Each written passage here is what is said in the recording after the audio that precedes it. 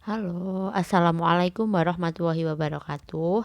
Selamat datang kembali di pembelajaran matematika kelas 10. Pada video sebelumnya, kita sudah membahas tentang definisi nilai mutlak. Pada video ini, kita akan membahas tentang sifat-sifat nilai mutlak.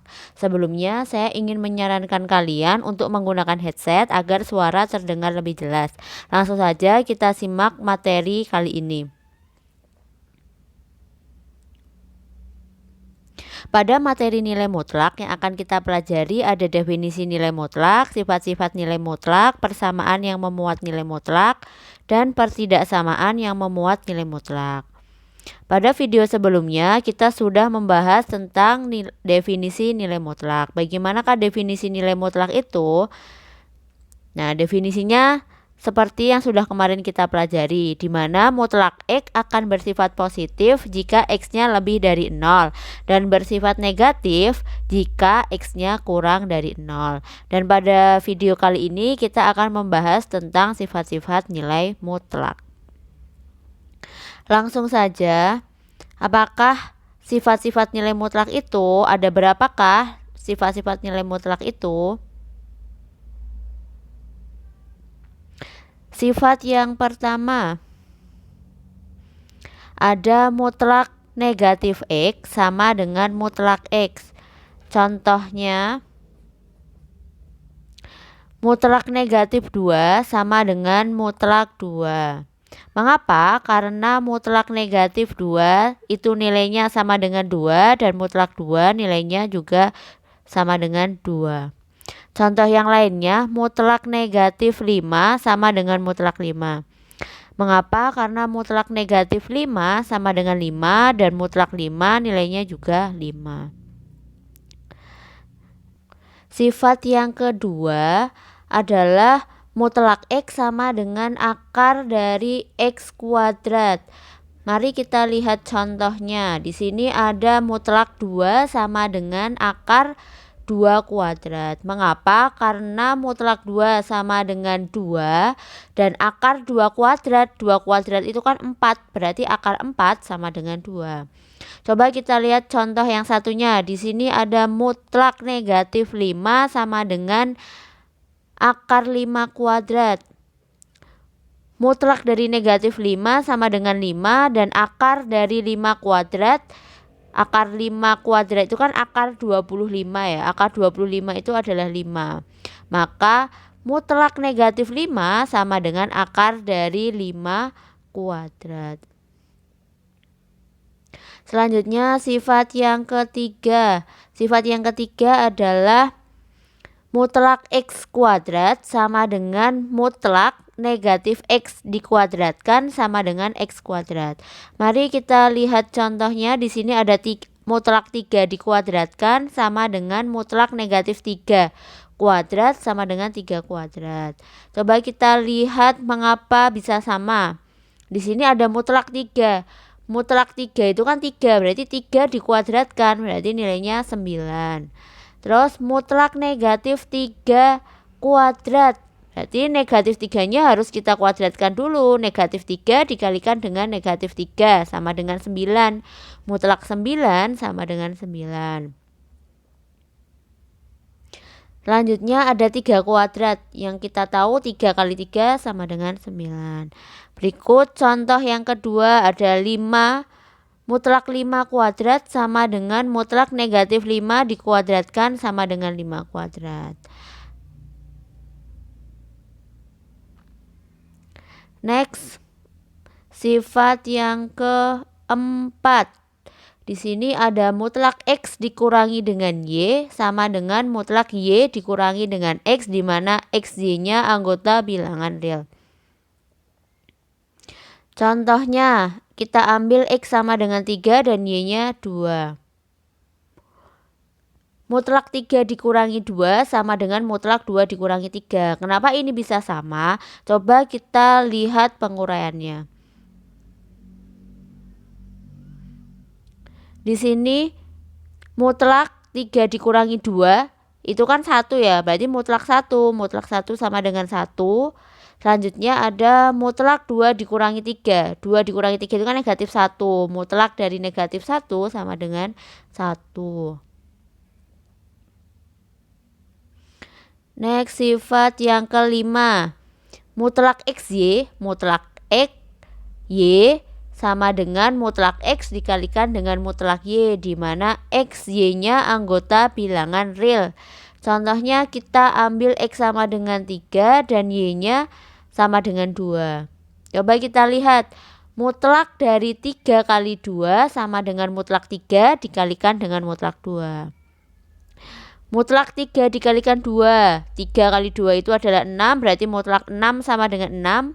Dan mutlak 3 dikalikan dengan 2, mutlak 2 maksudnya, berarti 3 dikalikan dengan 2. Dia dikeluarkan dulu dari mutlaknya. Berarti 3 kali 2 sama dengan 6.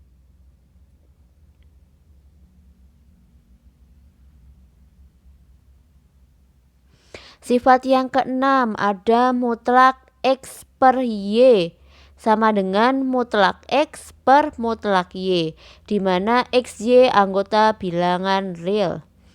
Mari kita lihat contohnya. Di sini X-nya kita ambil 6 dan Y-nya kita ambil 2. Maka mutlak 6 per 2 sama dengan mutlak 6 per mutlak 2. Mengapa? Karena mutlak dari 6 per 2. 6 per 2 itu kan 3. Berarti mutlaknya mutlak 3 sama dengan 3. Selanjutnya mutlak 6 per mutlak 2. Mutlak 6 itu adalah 6, mutlak 2 itu adalah 2. Maka 6 per 2 sama dengan 3. Selanjutnya sifat yang ketujuh. Sifat yang ketujuh adalah mutlak X ditambah Y itu kurang dari sama dengan mutlak X ditambah dengan mutlak Y, di mana XY anggota bilangan real. Contohnya, X-nya sama dengan negatif 6, Y-nya sama dengan 2.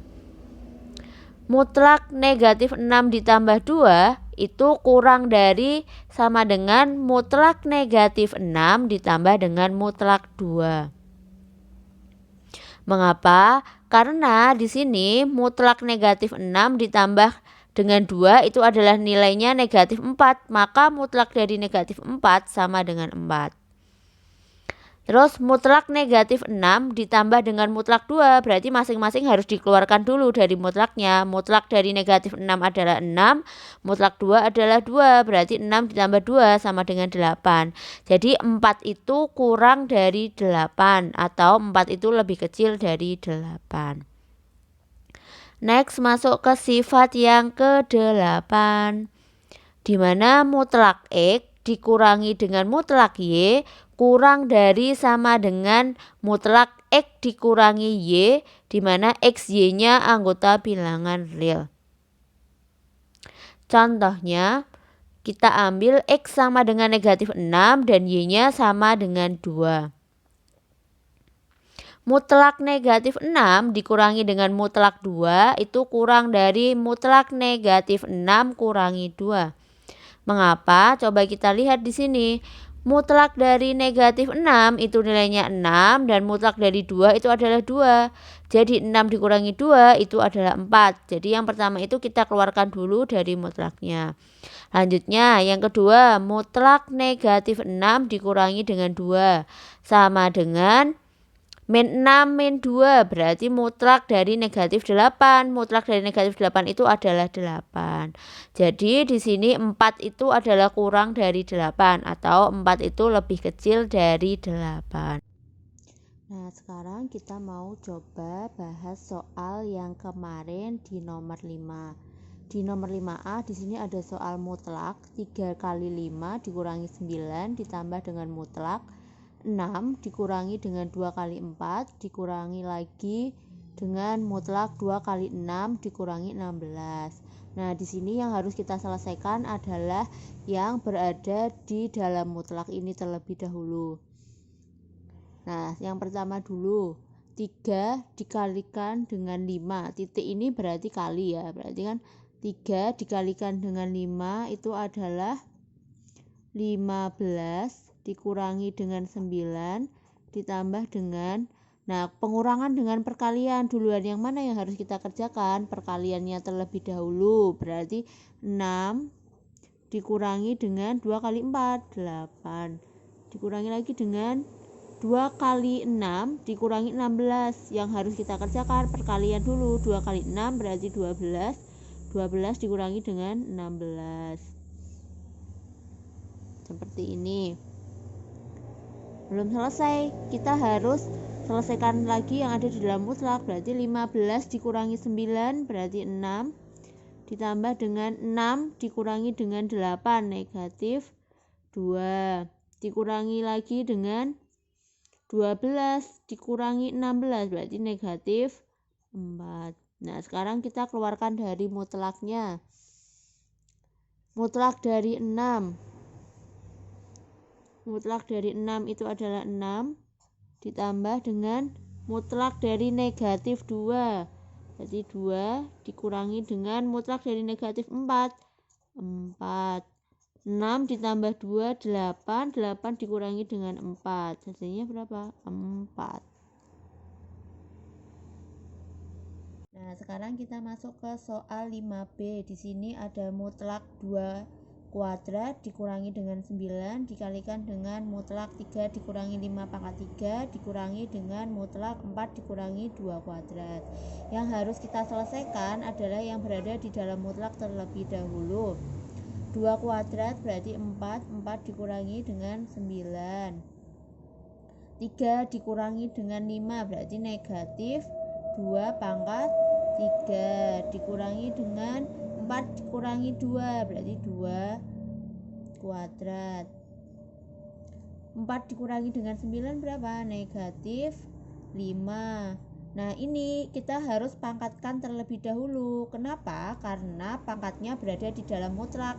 Negatif 2 pangkat 3 berarti negatif 2 kali negatif 2 kali negatif 2 berapa? Negatif 8. Kalau yang ini karena pangkatnya itu berada di luar mutlak, maka duanya yang ini harus kita keluarkan dulu.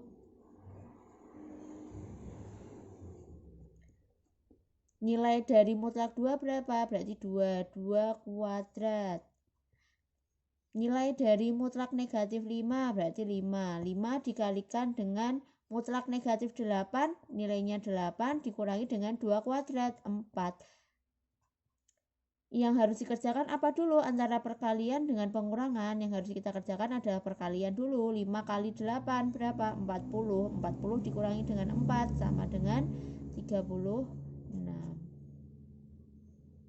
Sekarang nomor 5 yang C. Soalnya seperti yang sudah kalian ketahui, berarti di sini kita juga harus mengerjakan yang berada di dalam mutlak terlebih dahulu. Yang harus diingat adalah apabila pangkatnya berada di luar mutlak seperti nomor 5C yang ada di depan ini, berarti harus diselesaikan yang ada dalam mutlaknya dulu baru kita pangkatkan.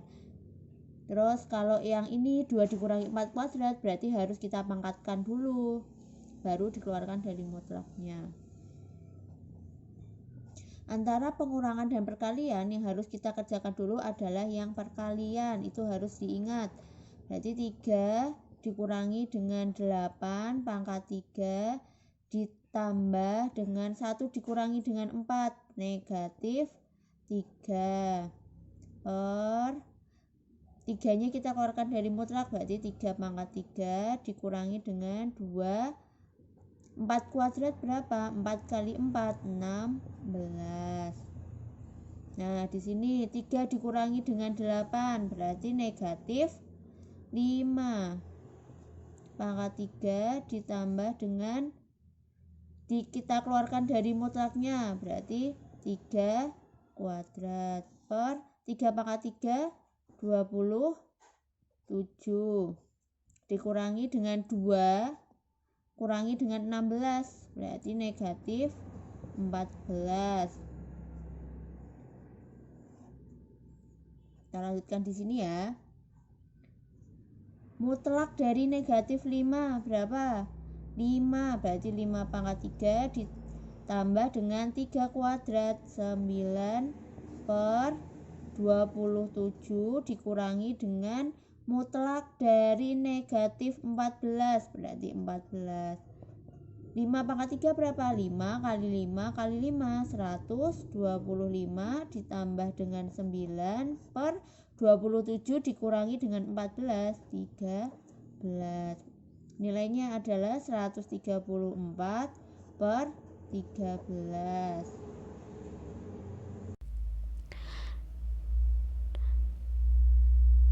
Nah, bagaimana? Apakah sudah jelas? Kalau kalian belum jelas, kalian bisa tonton video ini kembali.